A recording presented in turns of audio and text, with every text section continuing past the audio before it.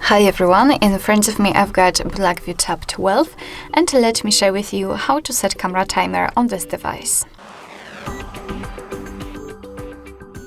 So first of all we have to open the camera app, so let me tap on it.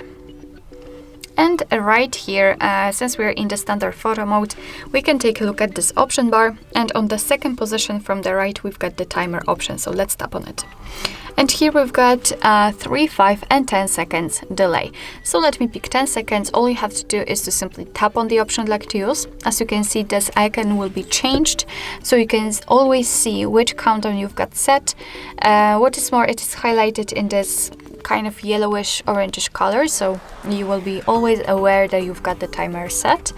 And then all you have to do is to simply tap on the shutter button, and as you can see, from now on this device will count down from 10 in my case, or 3 or 5, whichever option you've chosen, and after that time it will simply take a photo. So basically this is how it works.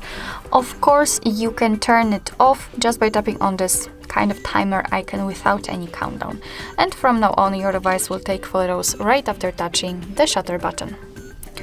Alright, so basically that's all. This is how to set the camera timer in your Blackview Tab 12.